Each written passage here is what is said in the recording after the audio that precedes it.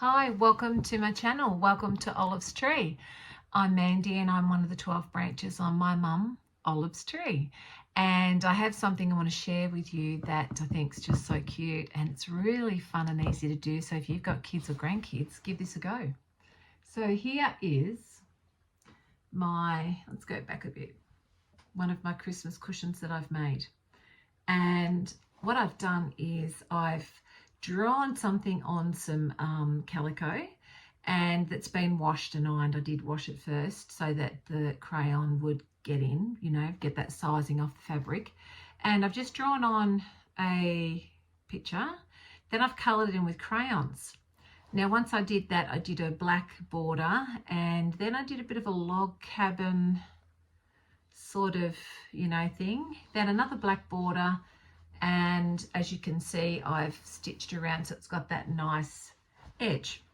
So yeah, so I just thought that I would hop back on here because I want to make another one. I want two, so I thought I'd hop back on today and show you how I put the other one together. So all right, so just let me show you what's going on here. So just get you where you can see what's happening over to the right area. So on this piece of washed calico, which is 50 by 50, I have put my 9-inch ruler down. I've centered, folded and finger pressed to find my center, and then I've used my 9-inch ruler to center a square where my my picture's going to go. And I've chosen, I'm doing this. So these 3 cute little Christmas birds, and they are a free print off on colouring pages for kids. So there's no copyright. You can actually print that off and use that one to make yourself a cushion. Don't use anything that does have a copyright. That's not, good. If you've got, your kids have got Christmas colouring books, which I'm sure, they might have, or on Pinterest, online, you can find heaps and heaps of free printables. But this is what I've chosen to do today. So how I've got that onto here, I did buy some fabric carbon paper, and I put it away somewhere safe, and the only person that it is safe from is me. I can't find it.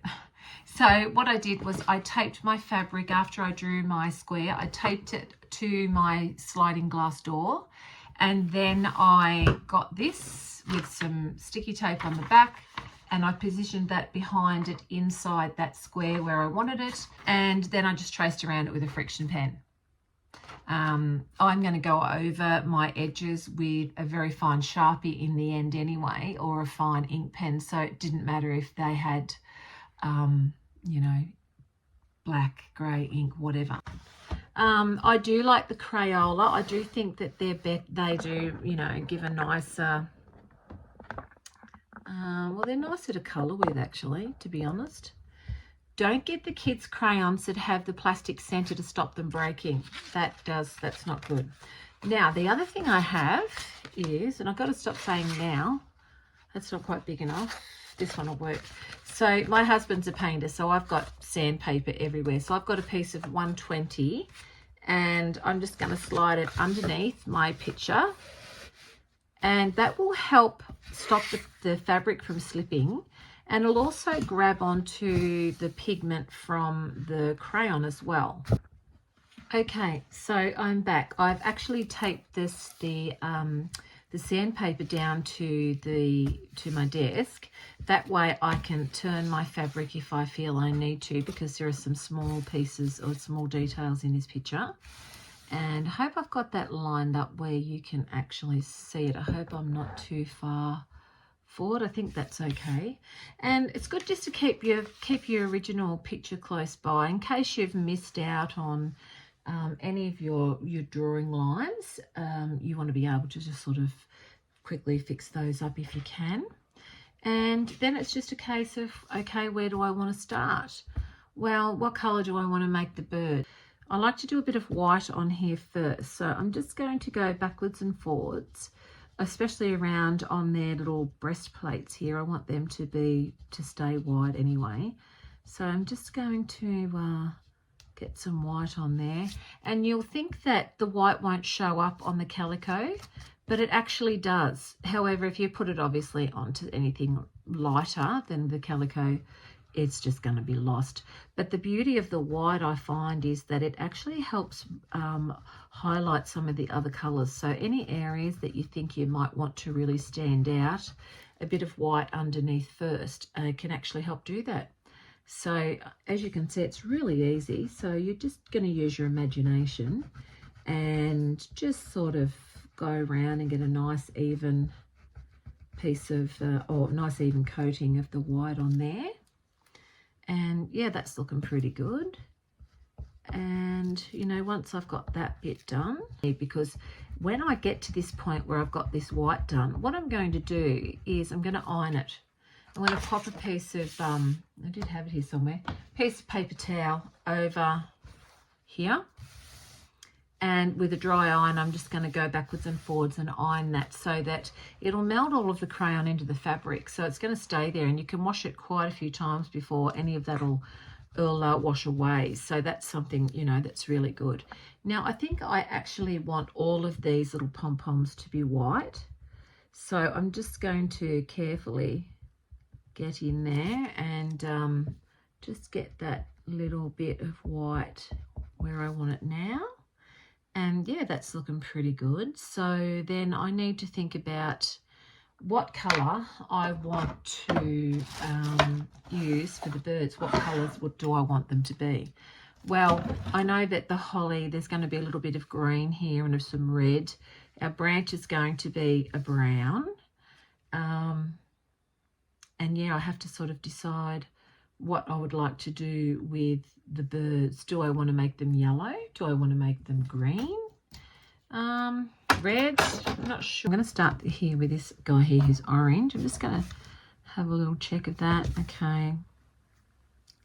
Which one do I want to do the edge in? I might start with this one. Okay, so just going around. Sorry for my hands, they look so blue, don't they? It's a bit cold and I'm very fair. Okay, around we go. So just want to, you know, get a little bit darker around the edge and where, you know, sort of might have need some low lights. And I've missed off a piece in the drawing there. I've just noticed, and I've lost the pen. I've lost a pen. I'll do. It doesn't really matter. So it needs to come out into here. Okay, that's fine. That's all I need. So I'm just going to go around, and in a minute I'll actually add some white into here. I'll just get a bit of shape happening, like so. And then I'm just gonna, you know, get a bit of white in because I don't want to do a solid hard color all over the entire bird.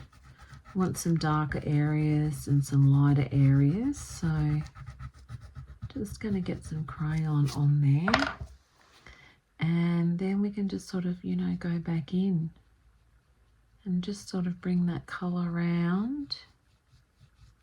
Obviously it's a little, you know, you don't want it all to be dark. And just sort of, you know, I mean, at the end of the day, if you wanted to just colour it all in a solid colour, iron it and go over it with a Sharpie or a fabric marker or whatever, you know, you can do that. Do whatever you want to do. But, you know, I'm just saying that this is what I like to do. This is just a suggestion that you might like to start with. You'll soon sort out, you know, you're probably a good enough drawer that you can just sketch something onto it and off you go. And, you know, that's wonderful if you can.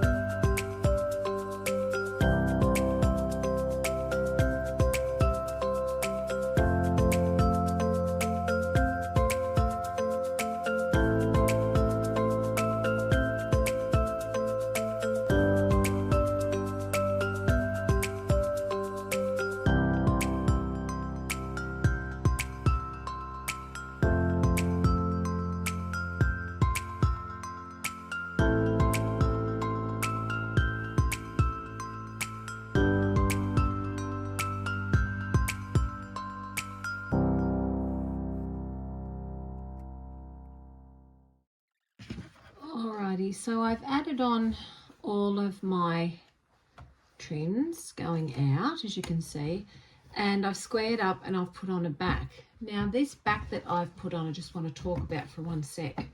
So at Spotlight, you can buy a cushion back with a zip already inserted in a 50 by 50 square for $5.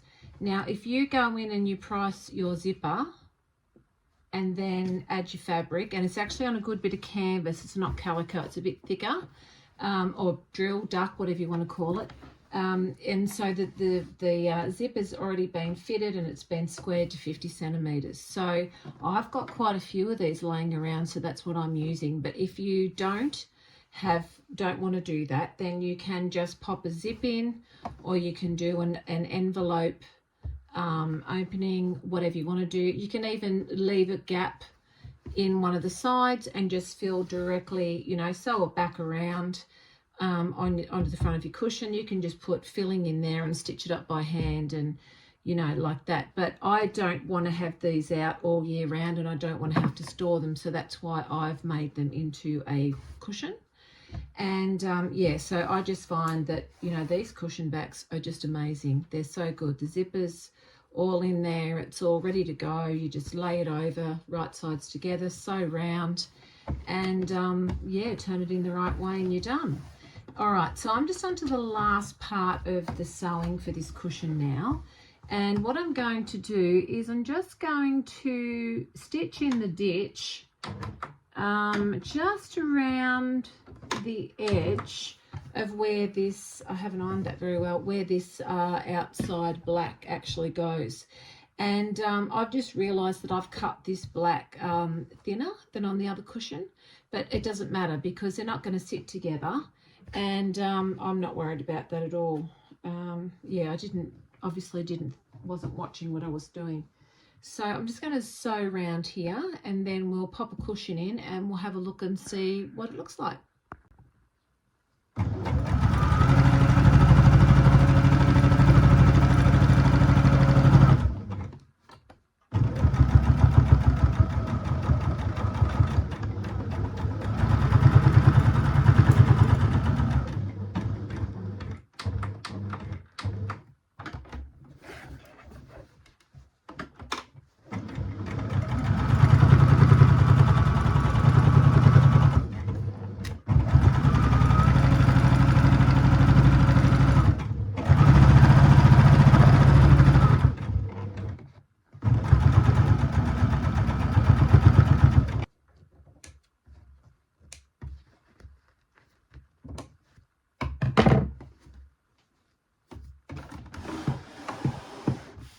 Okay,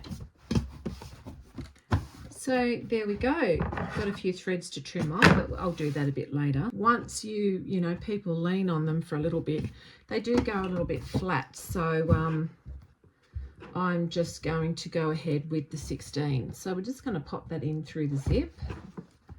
So just fold it a little bit to start it.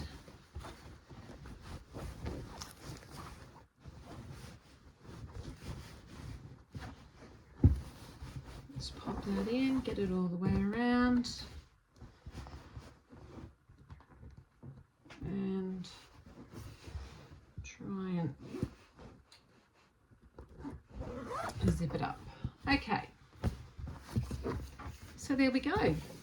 Let's see if we can get that in the view properly. So here's my second little Christmas cushion. You can see the different fabrics that I've put on, and I've still got to pull these corners out a little bit, but I'll do that off camera later on. That's not a big deal. And then we've got a lovely, nice, neat back, sturdy back with a zip, which is great. And I'll just hold the other one up together as well so that you can see, even though some of the fabrics going around the edges are a little bit different, some are the same, the pictures are different, but they're both Christmassy, and I think they both look really good. So if you are keen to give something like this a go, it's really not that hard at all. Just remember a 50 centimetre piece of fabric, I know I talk in inches, but 50 centimetre piece of fabric would match a 50 centimetre backing, cushion backing from Spotlight. So if you're going to do that, just keep that in mind. And remember, I just folded in half, found the center and put my 9-inch ruler around and did a border, so I knew where to start my log cabin strips. And I went around in the black, then I went around in the colors, then the black again, and finally I stitched along the ditch to give a bit of a frill. Well, not a frill, a what do you call that again? I'll think of it, but you know what I mean. So yeah, so that just finishes it off really nicely. And then after Christmas, you can, you know, just unzip them, take this out, store this till next year. But what a beautiful gift to give somebody who, you know, just think might get a little smile if they get something that you've handmade. And you can see here the white, now that all of the times I've gone over that, it's actually standing out quite nicely. So yeah, I'm really happy with that.